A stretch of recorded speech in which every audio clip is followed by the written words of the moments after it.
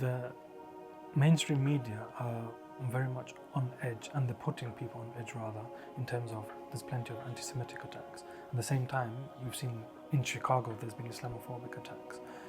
This indicates that it's a Muslim issue and a Jewish issue. But is it a Muslim versus Jew, or is it something completely different? I think the first thing is this is nothing to do with Muslim and Jews. This is a colonialist enterprise, a project which is racist in nature, and it wants to occupy Palestinian people. And Palestinians are Muslims, Christians, and people of all faiths and no faiths. We should also remind ourselves that Christianity started from Palestine. Isa al-Islam was born in Palestine. He was raised from Palestine. The most important churches in Christendom are in Palestine. In fact, the church that was just bombed in Gaza was one of the oldest, going back to the Roman Empire, right? So we have to understand that this is not a Jewish-Muslim issue, as simple as that. Yet, it is perceived like that because, in particularly, our politicians want to portray it like that. And hence, we see this increase in both anti-Semitism and Islamophobia. While anti-Semitism has increased in Britain, Islamophobia in the last 2 weeks has almost gone up by 100% compared to last year. So Muslims are also being attacked.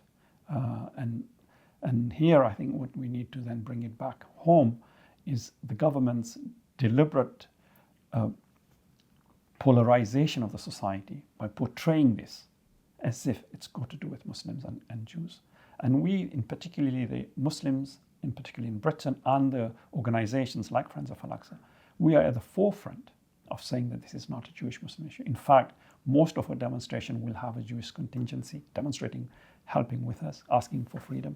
And many a times, many Jews speak from the platform as well. So in particular last Saturday, we had Jewish people speaking from the platform. So we don't see it as a Jewish-Muslim issue, but we do see it as injustice committed by the state of Israel. And I think we need to be able to be very clear about that. So why is it that Muslims are, whenever they go on the talk shows, TV shows, the first question they ask is, do you condemn the attacks on 7th of October? Why are Muslims only asked this? Well, this is, of course, for several reasons. I mean, I can't think for them, but I can only analyze what this is doing. First, it's a misleading question because it presupposes that the problem started on 7th of October. That's the first thing. As if this was in a vacuum, the Israelis were living in peace with the Palestinians and they were doing nothing, and all of a sudden they got attacked on 7th of October. As we have already discussed, this problem started way before that, in 1947-48. Palestinians have been under subjugation and occupation since then. So this is a long-term problem. But the second reason they also ask that question is to show that, to differentiate or to bring a division within the Muslim community itself. Or not just Muslims, but here anybody who's trying to ask for justice for the Palestinians. Because as a colonizer, the first rule of colonialism is you must create a division within the colonized. You must create the good and the bad. Once you do that, you weaken that society. So what they're trying to do is use the old colonialist British imperialist ideology of divide and rule. The British Empire did it literally. Now it's being done, if you like, psychologically and narratively. So in a narrative sense, that they want to make sure that certain people who support the Palestinians themselves are divided on what part of Palestine you support, which part you allow it to happen. So this is, if you like, a very old propaganda tool used by the imperialist and the colonialist. So how do we go about trying to solve this from an Islamophobic perspective? Because obviously you have organizations like MEND who actively fight on behalf of people who have been racially attacked. Sure. But how do we as a nation or community come together and solve this issue? Because it's a very delicate issue, and it happens in our workplaces, it happens in public, it happens subconsciously even. There's several levels. First, of course, is the Islamophobia that is physical, being abused, physically abused, being sworn at, verbally abused, in particularly our sisters, their headscarf being pulled and so forth.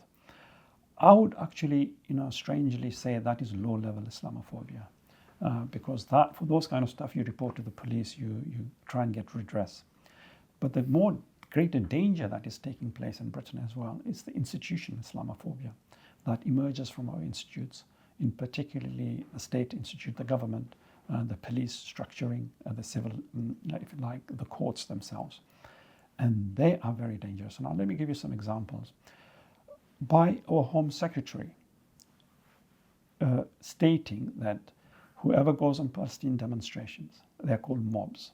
That's the word she used. To say that potentially she instructed the police to look very carefully to see if the flags, Palestinian flags being flied, whether they could be illegal, or certain slogans, they're illegal. But at the same time, and this is the important part, at the same time, a British individual who's sympathetic to Israel can do and say whatever they like in Britain. Not only that, they can go to Israel, pick up a gun, and fight in the Israeli army, and nothing can happen to them. They have total immunity. So you have law being implemented in two different ways. This is, if you like, apartheid. We're creating second-class citizens in Britain. And who are the second-class citizens? The sympathizers for justice for Palestinians and Muslims. And this is institutional Islamophobia. And that is the concerning part, because if this becomes embedded, then all sorts of other stuff then will emerge and will manifest itself. And Muslims will forever be giving up their civil liberties. Britain just recently, there's an organization called Civitas, which looks at the civil liberty of a country. And Britain was demoted from narrow to obstructive. So we are now, the civil liberty in Britain are the same as in Russia. That's overall, because of the different rules and regulations, how you can protest, how freedom of speech, what you can say, can't say. And this is greatly impacted upon the British Muslims. And therefore we should not be taken by surprise later on when something horrendous is likely to happen. And that's why it's very important to act and work for the issue of Palestine, not just because of what's happening in Palestine, but it is also exercising our freedom of speech, our freedom of political expression. And I think those being curbed, I think it's not healthy and conducive, not just to Britain, but in particularly to the Muslims in Britain. So, Free Palestine, from the river to the sea, Sure. Both of them slogans, for some reason, are deemed offensive. Not by law just yet, but the Home Secretary has said it. Mm-hmm. What does from the river to the sea mean? Because they're saying it means the eradication of Israel. It doesn't mean that. It's absolutely the opposite. What it means from the river to the sea, so that means everything that Israel has occupied in 47, 48 and in 1967, we need to see justice there. As we've discussed that 531 Palestinian villages ethnically cleansed, there's 7 million Palestinian refugees, and they need a right of return. So we want justice in that region. The second thing is all NGOs, major NGOs around the world, have shown that Palestinians who remain in the 1947-48 area, they're still Palestinians there. They are treated as second-class citizens. There's injustice against them. Yes, there's occupation and siege on Gaza and West Bank, where the situation is even more worse. But the Palestinians who remain in what became Israel, there's injustice. So when we say from the river to the sea, Palestine will be free, mean there'll be justice right across between the river and the sea. It's as simple as that. And of course, the occupier want to misconstrue that and try and shed a light that has absolutely nothing to do with the slogan itself. And of course, Free Palestine basically is asking for freedom of the Palestinian people, the right for self-determination. All international instruments, particularly Geneva Convention, says that the Palestinian people are an occupied people. In fact, Geneva Convention even goes further and says that they have a right to resist. Any occupied people have a right to resist against the occupiers. And what we are saying that we need freedom for these people. We have, for example, the tube driver incident where he said Free Palestine and police are looking into it. Sure. And then we have people saying from the river to the sea, Free Palestine, no justice, no peace, in your protest. But when they say it on social media, you got people attacking them saying anti-Semitic. And how do we get that freedom of speech back, essentially? Because we don't have that freedom of speech, not anymore. I think we should persevere and continue. First, knowing very well what you mean when you say from the river to the sea, Palestine will be free, or free Palestine. You should know exactly what you mean when you're saying that. And then we should ask as many people as possible to continue doing that. Because then this is a battle, if you like, that is being fought here in Britain on behalf of Israel by the supporters of Israel. The undermining of the Palestinian rights is just not happening at the end of the gun or through the occupation of the Palestinians, but it is being justified by our government in effect. And the reason our government justifies it is because the lobby that is working for the propaganda of Israel is trying to make it so that the Palestinians and their supporters are not seen in the same light or as human as they ought to be seen. How do we continuously lobby the MPs? On your website, you have the letter that can go to MPs, Sure. but that's more on an individual basis.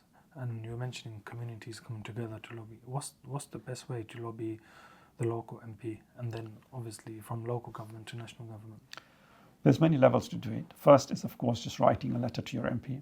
The second way is we have something called the Parliament Lobby Day, like it's today, in fact, where we're asking people to go into Parliament from different constituencies to see their MP. Before they see their MP, we would brief them or what questions to ask, and the MP will see them and air that.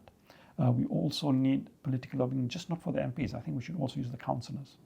The councillors need to be lobbied because they also carry weight and they have a political mandate in that sense, although they work locally, but they can influence the national consensus, especially of the political party. So we need to campaign with the councillors as well. But more than that, I think we should also be able to join political parties. And I think that should be considered as part of making sure that your voice is heard, especially the community you emerge from, whichever community you are. If you have only politicians emerging that have a certain narrative, then I don't think it's healthy for democracy. I think to make the democracy healthy, we need people from different backgrounds. And I think I would really encourage our community and people of justice and freedom, and who are really, majority of British people are good people, and we need those people to enter politics despite its, if you like, the negative aspects. And most good people don't want to enter it because, they see it's so corrupt and polluted, if you like. That's why they don't want to be part of the political system. But if we leave it, then it will remain like that. And we need good people to enter politics and then try and change the dynamics. So I think it's a multifactorial process in different levels, and we should always be engaging. And particularly, I would turn to students, because I think they're the new generations. They'll be the decision makers, and they should also be very much engaged with what is happening around the world and in Britain as well. When you say join politics, what level do you mean? Well, I think they should join political parties. And what party they join is up to them. As long as they're good people, it doesn't matter which political party they join, as far as I'm concerned. And they should be able to change those parties, because we have good people in every party. And when I say good, I mean people who are seeking for justice, who don't have duplicity. So, for example, 2 years ago, 650 MPs in Houses of Parliament unanimously told us occupation was wrong when it came to Ukraine. Unanimously told us stopping food and stopping gas to Ukraine is collective punishment. Yet they are the same ones, majority of them, now either gone completely silent or saying completely the opposite, telling us, no, it's fine. It's the occupier that has the right to continue with occupation. It is okay. We have a humanitarian lawyer in Keir Starmer who is saying it's okay to turn off water, gas, and fuel to 2.3 million people. This, you're so shocked that, you want to cry. I mean, it makes an average person angry, but how can this happen? And these are the kind of politicians we've got, and we need to change that. So this is obviously one of the reasons you do your protests. Sure. When was the first protest you did? The first protest I did, if my memory serves me right, was in 2000. That was in Leicester. It was to do with the Intifada, the Al-Aqsa Intifada, and we had a protest in Leicester, and that is how I started.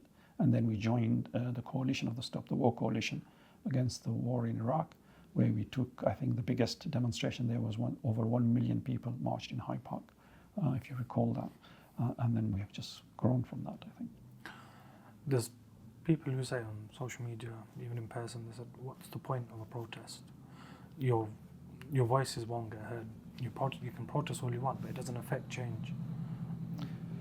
Well, let's look at our own history. Let's look at the Iraq War. Of course, despite the fact that 1 million people came out on the march, the war did take place. 1 million people in Iraq, estimated 1 million people died. But if we hadn't demonstrated, those people who carried out the war would have been paraded across as champions. Today, they are walking in the shadows. Yeah? None of them can show their face in public. Yeah? We have made that possible. That those people who carried out the war cannot have an open platform in the public arena. But the second aspect, I think more important, and I think this relates to Palestine. Think about the people in Palestine today in Gaza who are under occupation. They do not know much what is happening. They can see that nobody in the world is helping them. They're not getting any food, no water, no medicine. They're being bombed. But every now and then they'll get a message that people in London marched, or people in New York marched, people in Paris marched, people in Johannesburg marched. And they, at that split second, think that we are not alone. There is somebody out there. And that gives them courage. That gives them hope. And just for that, I think it's worth it. To give hope to the oppressed who's being bombarded, I think it's worth it to go out and send that hope to them. What's the response you have in the protest or after the protest from MPs or councillors? Because you have MPs with you, you have Sure. councillors with you. Yeah. Of course, naturally you've got MPs and councillors against. But then when you protest, what's the MPs on the other side, what do they say to it? Or do they just stay completely silent? Because obviously we have the Sure. narrative. Sure. This is an anti-Semitic protest, but it's not. It's fighting for freedom. Let me tell you something for definite, that once protest takes place, every government department knows about it. Whether they're publicly acknowledging it or nothing, but they do know about it. So they know it's, if you like, a litmus test of what the country is thinking. And they understand that if the country moves to completely away from their way of doing things, they would have to shift. Otherwise, they'll not be re-elected. That's the first thing. But the other thing as well is, if you look at the history of present protests in the last 3 weeks, in the first protest, we had not a single MP, right? Not a single MP, not a single trade unionist. In the second one, we had about a handful of trade unionist leaders and pivotal players. In the third protest we had, that was last Saturday, we had, I think, 4 or 5 MPs come. So you can see that despite their political, in fact, Labour here saying, strongly advising MPs not to go, they have broken rank. And for us to break that rank shows that there is humanity within certain individuals, which is more important than what the political leaders are telling them. And we need to bring more and more on board. So yes, it is very helpful to bring more people on board. It emboldens the MPs as well, those who want to speak up. By us protesting, we're giving them the mandate to say that, look, people are demanding this, and therefore they have to do it. So we're also helping people in Britain itself, and of course, more importantly, people in Palestine. And beyond and above that is hopefully try and bring about justice and an end to occupation. How many people are you expecting at the next protest? Even more? We hope we match last time. We had a phenomenal number. Again, this is all debatable. If you look at the BBC, they'll tell you 100,000. But from my history, if it is worth anything, for the past 20 years demonstrating, I would say we were around 300,000 people came out. And it was huge. And because I know that there were as many people for the first time when demonstrated behind the stage as they were in front of the stage. It was absolutely covered the whole area, the whole of Downing Street, through Trafalgar Square, and people up to Parliament Square. It's completely covered. So we know there's approximately 300,000 people. Along with the protests, we're having calls to boycott certain organisations. Sure. I think you have some on your Sure. website as well. People say, well, what's £5? Spending £5 on a coffee in Starbucks, what difference is that going to make? There's several angles to look at this. The first is your first ethical position. I mean, would you want to consume something that is stolen? Would you want to consume something that empowers a country that is carrying out occupation, carrying out apartheid policies, carrying out subjugation, torturing people, kids, denying them basic human rights? Do you want to be part of that? So forget the amount of money, just think of it from ethical perspective. Right? As Muslims, of course, I don't want to go into the dimension of Hadith and Quran, but think about it as just a human being. Do you want to be part of that? Of course not. You ask any individual, most individuals will say, we don't want to be part of that. So therefore, on that basis alone, you should not consume anything to do with Israel, because it's doing all that, all the above I've mentioned. But the other aspect is, think about this, that it's your £5, but a bullet cost about £5. Right? Now, in a very unfortunate situation, imagine it's that £5 that goes directly into the coffers of the Israeli Defense Forces and buys that bullet. You're complicit. Yeah, you are complicit in that, and you don't want to be part of that. And you need to be able to use your economic power. You need to make that decision, which part of the fence you stand on. You want to stand on the side of justice or not? And that's a decision everyone has to make. And I think it's very simple. And of course, I can justify this even on Islamic perspective, that there was a period, there's a Sahaba by the name of Thumama radiallahu anhu. He accepted Islam in the 4th year of Hijri in Medina. And after accepting Islam, he goes to Mecca. And this time Mecca is still ruled by the Quraysh and they're non-Muslims. And he tries to perform tawaf there. And they stop him because they realize that he's become a Muslim. Now, Thumama comes from an area called Yamama, which was supplying grain to the Quraysh. So when they stopped him, he says, I want to praise my Lord here.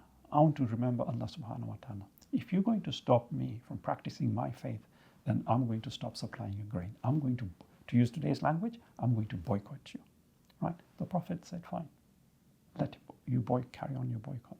So this is in our history as well. And of course, the Prophet ﷺ himself was boycotted by the Quraysh for 3 years. So we have that heritage, that historicity in which we can learn from the seerah of the Prophet ﷺ that boycott is part of our Islamic ethos and principles. And of course, there are so many other hadith that talks about the fact that you should not handle stolen property, you should not aid those who are oppressing others, and so forth. And they are very well known. What's the impact, should we say, that we've seen on the companies, or is it very little impact? Recently, there's a lot of noise on social media that share prices have dropped, but obviously stocks go up and down. So, yeah, they go up and down, but there have been definitely good wins. We had Ben & Jerry, if you recall, ice cream, that has withdrawn, and Israel went into a fits, literally the Israeli establishment over it. That shows the impact of the boycott. But also, just last year in 2022, if my memory serves me right, Israel invested $13 million fighting against the BDS movement around the world. Now, can you imagine a country that is spending that kind of money? It's because you're effective. Yeah, you are very, very effective. And they understand the effectiveness from the history of boycott, because apartheid South Africa was brought down because of boycott, because it became so difficult for the racist white South Africans to do business, because people around the world stopped buying their product. Basically, and particularly fruit and vegetable, used to rot. And that is a stage we need to bring Israel at. We have to exercise our power. And here, every individual has that power. And collectively, we can make this happen. So I think we should boycott. And I think what is very important as well with boycott is the strategy. I think sometimes we become very emotional and we send a list of 20, 30, 40 companies. I think that is not conducive. Maybe some of those companies we should boycott them at individual level. But as an organizational level, I think we should do a very strategic approach that we target 3 companies, like Friends of Al-Aqsa does. Once we're successful with that, then we bring in another company. So, for example, for the moment, we are boycotting Hewlett-Packard, HP, the computer, because they provide the intelligence and the IT and the software for checkpoints and for monitoring the Palestinians. So there's a direct relationship here of them aiding the occupier. The second company we boycott is Puma, the sportswear, because Puma sponsors the Israeli Football Association. And I think for any sportswear to sponsor a country that is carrying out occupation, I think it's not acceptable. And I think we should boycott that. So we have, again, a straight relationship. And the third is Coca-Cola. The reason we boycott Coca-Cola is because it has a plant, it has a factory in West Bank. And this is on Palestinian territory, and therefore it's legitimizing occupation. So they are the 3 products. But overall, what we say, they check the label. So it's a hashtag check the label.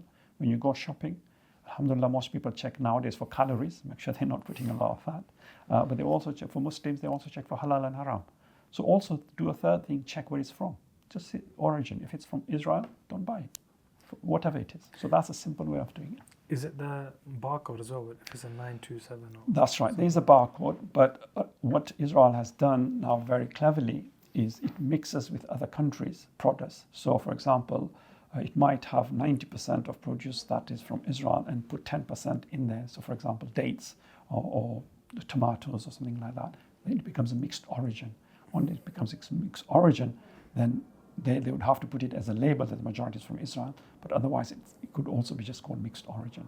So yes, and this is again the success of boycott. That for them to having to take these tactics is a success of boycott. And here again we see the duplicity of Europe and Britain. That generally, they talk about ethical values, they talk about not supporting the occupiers, yet they don't do anything to Israel, and they're not only allowing Israel to import their goods here, but also supporting Israel with arms. I mean, at a time when it's carrying out massacres. Experts are saying we are potentially seeing a genocide unfolding in Gaza. And our government is sending ships, our government is sending money, America is sending billions of dollars with military hardware. I mean, we are perplexed, our youth are also perplexed, that how can we live in this duplicitous state? And for us, I think we should calm down. And what we need to do is try and lobby and campaign and try and use that and bring the majority of the population on our side and try and win that war. There was, I think, you just said America sends billions for weapons, and I think they've asked Biden for Israel have asked Biden for 10 billion. Extra. Yeah. And in contrast, UK have pledged, I think it was £10 million in aid or £20 million in aid. So we can see the contrast there. And that's 20 million to Palestine. So when you look at for weapons and the amount for weapons and amount of in aid, you can just see it's 100 times less. Sending aid to Palestine by the British government is almost insult. What the reason is insult is you can't arm one side, tell them to go and kill the Palestinians and give the Palestinians some money to feed themselves. I mean, this is barbarity. I'm sorry to use that word. I mean, what kind of humanity is this, that all you want is Palestinians to be fed before they're killed? That's what you're saying. Let them eat a bit and then kill them. Why don't they simply stop selling arms so that Israel hasn't got the power to kill? Or at least call for a ceasefire in this instance. Stop killing. I mean, it is despicable that the British government this week in the United Nations, when there was a motion passed for a humanitarian pause, there was a motion passed to say, let's have a humanitarian pause for a ceasefire so at least we can send some aid. And guess what Britain did? It abstained. It couldn't even get itself to vote for that. I mean, what moral authority have our government got to teach anybody around the world about humanity or equality or justice? And this is the time we're living in. And this is the government we've got. So we need to be very much mobilized. Every individual need to do whatever they can and change this dynamic. On the subject of aid, you mentioned that obviously you're a political organization, not a charity organization. But how can people get more involved in terms of what can they do to help the Palestinians? Sure. In Britain, we would recommend they join organizations like ours, Friends of Al-Aqsa, and particularly join our social media, because when we ask for campaigns and alerts, we need people to do something. And of course, one way to get aware of that is through joining the social media. They can also become members of Friends of Al-Aqsa, help us trying with our campaigning and lobbying and financing. But more than that, I think particularly this time, what is required is funds for Palestine, in particular Gaza. Gaza has been devastated. And a lot of people have asked me that while there's a blockade, how will the money go in? Which is a very legitimate question. And I have asked a few charities the same question. And alhamdulillah, what they've done is amazing. The charity I spoke to, I won't mention the name because I haven't spoken to all the charities and others might be doing the same thing. But the charity I spoke to, what they did just before the bombing, they made sure that they had people on the ground in Gaza who went and bought stock from the shops of what was available and what they could get through into Egypt. So they had a large quantity, but that is now running out. And once they bought it, they were giving it free. Now that's running out, and they bought it on credit. because they couldn't get the money there anyway. So they need to pay that back. And that's why they need the money. The second is, of course, a lot of people must have seen the images just outside Rafah crossing. There are hundreds of trucks there. And again, there are many charities there just waiting. They've already bought the goods with the expectation that people will donate, so that once the crossing opens, they'll be able to take the goods in. And thirdly, of course, inshallah, we hope sooner rather than later this will stop and the people will require the funds. And then if the charities try to collect the money at that stage, unfortunately, most of us have very short memory and they won't be able to collect the money. So what I would suggest and recommend is people first identify a charity they trust, they know very well, and then donate to them because they will carry out the work either now or very, very immediately soon as possible, as it were. So yeah, do support them, and of course also then support the organizations here like ours who are trying to work, because remember, the issue of Palestine is not a natural catastrophe. Palestinians don't need money because they're poor. They don't need money because there's a disaster like an earthquake or a hurricane. They need money because they're occupied. Once the occupation ends, they won't need money. So we have to work to end the occupation. And the way to end the occupation is to then support non-governmental organizations like ours and others who are doing work so that we can bring that to end. And then the Palestinians can be a free people. You know, the Palestinians are entrepreneurial. They don't need our help. Those who have visited it, every individual, in fact, would say that I've spoken to when I ask them, do they ask for money? And they will tell you they don't ask for money at all. They say, we don't want your money. We want your help for us to become free. And that, I think we shouldn't forget that context in the long run. But immediately, of course, you know, we need millions for the people in Gaza. So if someone donates to a charity, they have someone on the ground. Sure. Well, depends on, of course, the charity, Yes, but they have someone on the ground who can then buy whatever stock is there, as long as obviously they have stock. That stock is depleted now. What was done is that they already bought it.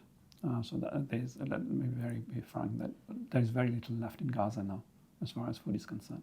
But the charities did buy it well in advance of the bombing, and they've been giving out. So this is a question you should ask your charity. Do you have somebody on the ground? Do you have trucks waiting to go in? When will you spend this money? And of course, the charities that give you the positive answers with their track record and your trust in them, then give them the money. You mentioned Palestinians are entrepreneurial.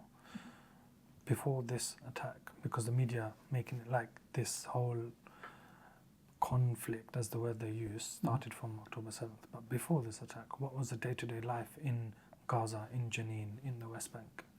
Let's go back before that as well. So if we look in the early 20th century, Gaza was a major exporter of cotton and oranges, and Palestine, not just Gaza, sorry, Palestine overall. They were selling soap, olive oil, so they were major exporters of these products, right? And it went around the world. So they were never, it was never a barren desert. It wasn't a abandoned land. The Palestinians used it, right? Once occupation took place in 47, 48, of course the Palestinians then were deprived. After 67, what we've been now come in the present state.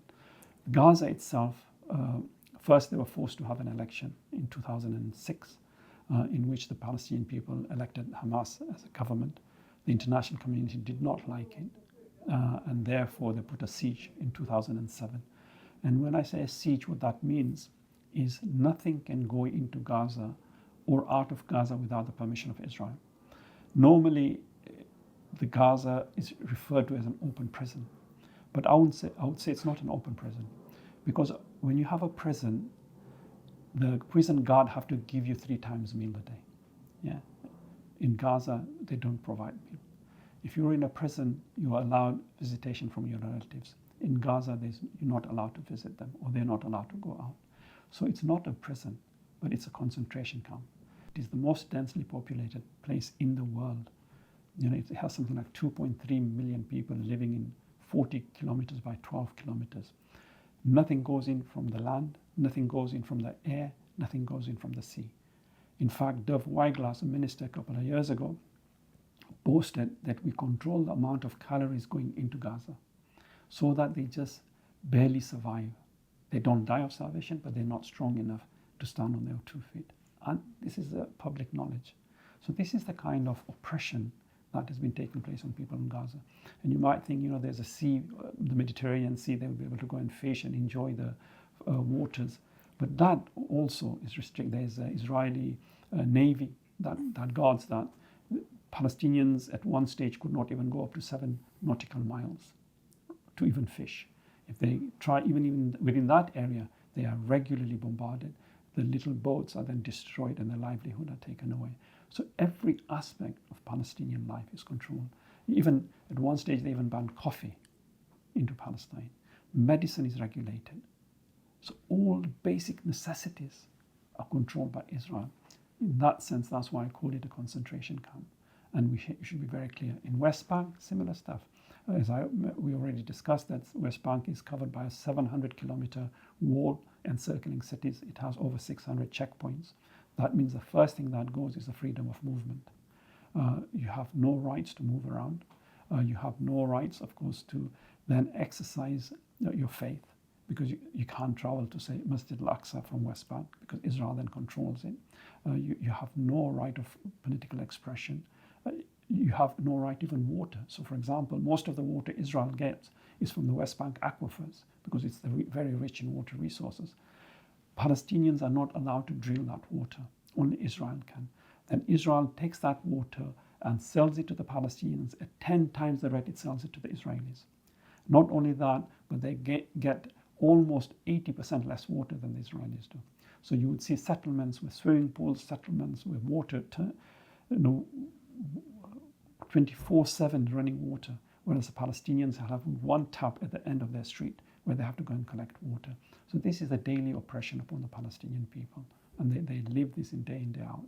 And we talked about the right of education as well, where children might end up at school, but the teacher will not make it because of the checkpoint. Or sometimes it could be the other way around, the teachers in the school, that the students haven't made it.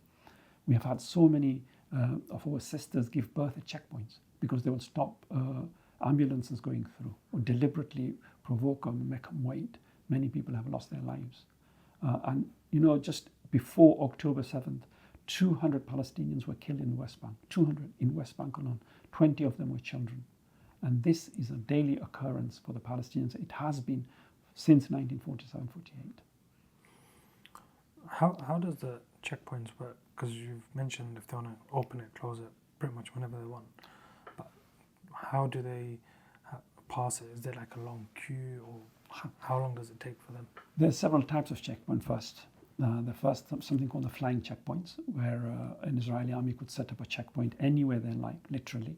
And they are, if you like, emergency points, almost like a police stop in Britain. But here, they are only for Palestinians. If there's an Israeli, then they're allowed to go in. So there's racism there straight away and a discrimination. And no reason is given. They could do it randomly just because they want to do it and they want to punish the Palestinians. That's one type of checkpoint. The second and more important checkpoints are where they have gated entrances, where Palestinians have to go through tunnels, almost like cattle, and then they have to come to a checkpoint where they have to show their ID card. The ID card is cleared, and then they're allowed out from the checkpoint. And that could take several hours. So a journey that would normally take you 15 minutes, you should add 1 hour on top of that. So it means that if you want to go to work, instead of taking that 15-minute journey, now you're taking 1.5 hours going and 1.5 hours coming. So you're taking 3 hours on top of your work. And you might not even come back. And you might not come back, exactly. And they're sort of, that is the dilemma and the crisis of the daily life of the Palestinian. What's the next step or the next phase for Friends of Al-Aqsa? We continue to empower our people in Britain. We want to make this a national movement. We want to make sure that the voice of justice is heard, international law is respected, and justice is meted out to the Palestinians so that we can have peace. What that looks like on the ground is up to the Palestinians. What we have to do from here is we have to make sure that the oppression ends and the occupation ends. And we have to make sure that we can bring our politicians to understanding that, and those who not, then they're held accountable. And I think that's very important. And that can only happen through more education and making sure that the people of this country understand how much power they hold. Because the biggest obstacle that we seem to have, or I feel, the people think that they're helpless. And you have to tell them you're not helpless. You can change. Major movements in the world take place because individuals then they join collectively and bring about a change. Nothing changes on its own. And we, at that point here in this country, I think, that the majority of people in Britain, even now, I think there's a poll done recently with something like 60% said there should be an immediate ceasefire. And they're, of course, on the side of humanity. And they're the people we need to tap into and galvanize to get them to work throughout the year, every day of the year, to make sure that we can bring about the change. And I am very much convinced that the good nature of the British people, as they have shown historically, not the establishment of people, they are a force that will bring about a change, and they'll play a pivotal role in freeing the people of Palestine. I think it's also important to note that even, yes, if there is a ceasefire, the occupation continues. That's right.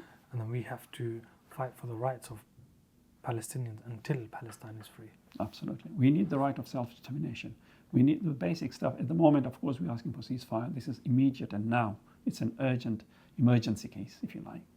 To put it in medical concept, it's absolutely emergency. But there is a long-standing ailment here, and that ailment is the occupation. That ailment is the siege of Gaza. So we need to ask the end of siege of Gaza, and we need to ask for the end of occupation, for the self-determination of the Palestinian people. They have a right to be free. They have a right to determine who governs them and how they're governed. We cannot have an external power like Israel determining and dictating upon the Palestinians how they should live. Normally in this podcast I have a question where I relate back to the guest's earlier life, but I'll change it this time. So if you had a 10-year-old child in Gaza next to you now, what would you say to him or her? You ask a very difficult question, because one way I would feel very pain that I haven't been able to do enough for that person, for the 10-year-old. And I would feel that 10-year to be more superior than myself, that they have been able to live the life they do and still stand up and show their humanity. Yet we living in the comfort that we do, we haven't been able to give them the help that they deserve. So I think the first thing I would do is take a promise, or give a promise rather, that I will try and do whatever I can, that by the time they're my age, they'll be a free people, and they'll be living happily together with all the people and the different people in the region as humanity. And what's your one final message to the world, to everyone who's listening? In the past, we have always questioned ourselves, how did the genocide take place? How did that catastrophe take place? How did the Holocaust take place?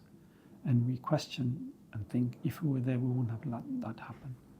Well, there's a genocide taking place right now in Gaza, and we have to do something. And each and every one of us has the power to change. If we do whatever we are capable of doing, whether it be boycott, campaigning, lobbying, educating, protesting, making simple dua, do whatever you can and bring about a change. And united, we will be able to bring about peace. Thank you very much. Thank you very much. Thank you for coming on and educating us about Palestine and the current situation. And we'll put a link to your website as well in the description. Okay, thank you very much.